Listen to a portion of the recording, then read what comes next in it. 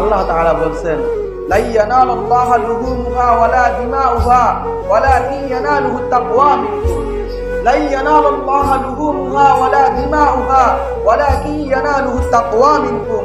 আল্লাহ তাআলা বলতেছেন, ও আমার বান্দারা শোনো, তোমাদের কুরবানির জবাইকৃত পশুর রক্ত, গোশত কোনো কিছুই আমার কাছে পৌঁছায় না, শুধুমাত্র পৌঁছায় তোমাদের তাকওয়া, তোমাদের নিয়ত, তোমাদের আমল, তোমাদের কাজ আমার নিকট পৌঁছায়। তোমরা কি নিয়ত করতেছো?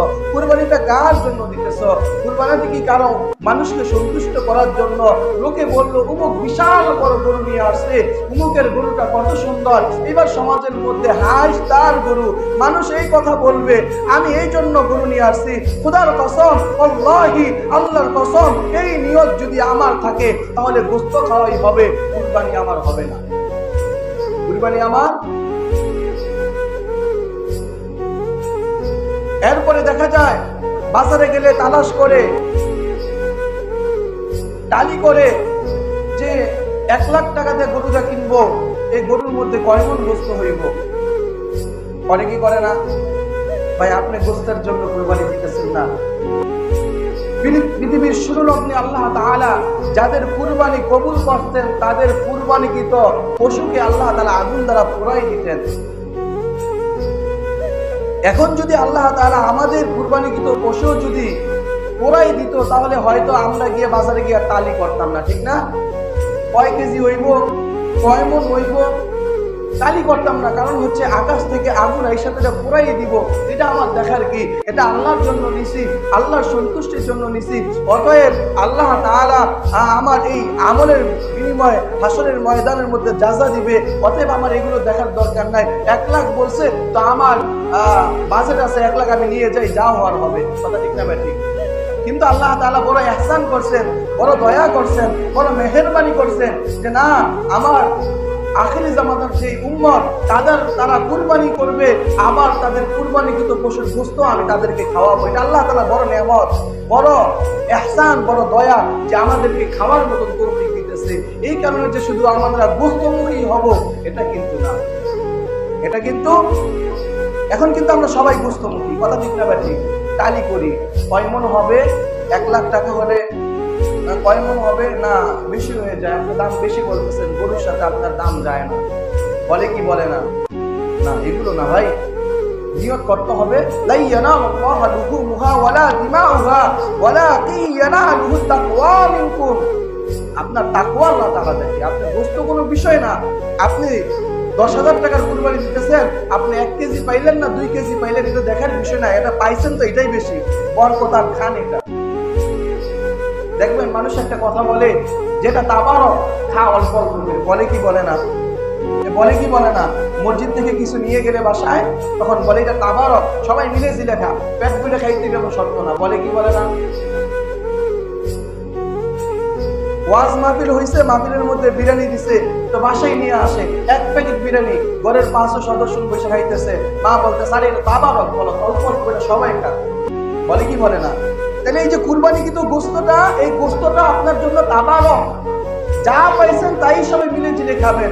বিষয়টা এমন নাই যে ফ্রিজ করতে হবে, বিষয়টা এমন নাই যে ফ্রিজ করতে হবে। হ্যাঁ, 10,000 টাকার কুরবানি দিলাম, মাত্র 5 কেজি, কত কেজি বলছে হিসাব করে কি করে না? তাহলে তো ভাই গোশত খাওয়া হয়ে গেল।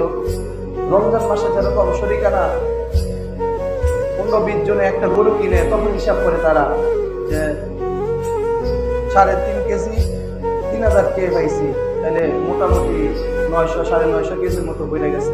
তাহলে তো ওই যে রমজান মাসের গরু জবাই করা আর কুরবানি গরু জবাই করা সমান হয়ে গেল না? কথা বলেন, সমান হয়ে গেল না?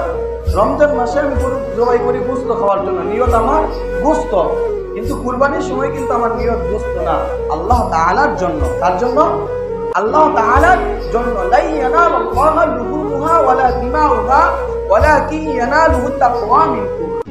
আমার গোশত খাওয়ার জন্য না, নিয়ত হচ্ছে আল্লাহ তাআলার জন্য। কার জন্য? আল্লাহ তাআলার জন্য। আল্লাহ তাআলা যাতে হাসরের ময়দানে এই কুরবানিকৃত পশুর মাধ্যমে আমাকে নাজাত দিয়ে দেয়।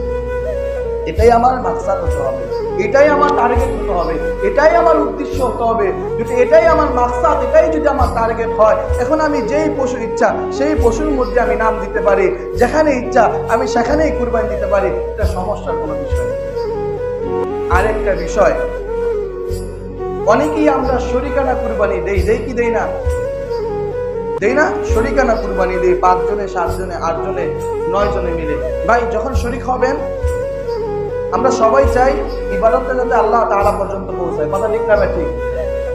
কেউ কিন্তু গোশত খাওয়ার জন্য দেয় না। আমি যদি কাউকে ডাইরেক্ট বলি যে আপনি গোশত খাওয়ার লেগে কুরবানি দিতেছেন, তো হয়তো আমার সাথে ঝগড়া করবে কি করতো না, তো হুজুর আমি আল্লাহ তাআলা সন্তুষ্টির জন্য কুরবানি দিতেছি। হ্যাঁ ভাই, আমিও বলি আপনি আল্লাহ তাআলা সন্তুষ্টির জন্য কুরবানি দেন। তবে একটা জিনিস মাথায় রাখবেন, যখন আপনি শরিকানা কুরবানি দিবেন 5 জন 7 জন, 5 জন এবং 7 জনের টাকার ইনকামের সোর্সটা আপনি দেখবেন তারা কি হালাল পথে না হারাম পথে উপার্জন করতেছে। আপনার 4টা শরিক যদি এর মধ্যে একটা শরিক যদি আপনার হারাম পথে নিয়ে নেন, তাহলে কিন্তু সকলের কুরবানি মাটি, সকলের কুরবানি মাটি। এই জন্য যারা কুরবানি দিবেন তারা একটু যাচাই বাছাই করে যে আমরা কুরবানি দিব, নিজে নিজে আমার বলার দরকার নেই তোর সাথে আমি কুরবানি দিতাম না, তোর হারাম, এগুলো বলার দরকার নেই, সে মনে কষ্ট পাবে, ঠিক না? ঠিক। এই প্রকাশ্যে এগুলো বলার দরকার নাই। আপনি নিজে তো জানেন কার ইনকাম কোথা থেকে আসতেছে, আমি কি কাজ করতেছি। আমার বাড়ির মানুষ জানে না? আমার বাড়ির মানুষ জানে যে আমি ইমামতি করি, বা কে কি করতেছে এটা বাড়ির মানুষ মোটামুটি জানে। তো যারা জানেন তারা জানি না আপনারা মনে করেন এমন লোক নিবেন যাদের ইনকাম সোর্স হালাল হারাম না। যদি এমন না পান, প্রয়োজনে আপনি একটা খাসি এনে কুরবানি দিবেন, আপনি আল্লাহ তাআলা সন্তুষ্টির জন্য দিবেন, তো আল্লাহ তাআলা আপনার এই খাসি কুরবানিকে কবুল করবেন। সুবহানাল্লাহ। আল্লাহ তাআলা আমাদের সবাইকে সঠিকভাবে সঠিক নিয়তে কুরবানি করার মতো তৌফিক দান করে, সকলে বলে আমিন।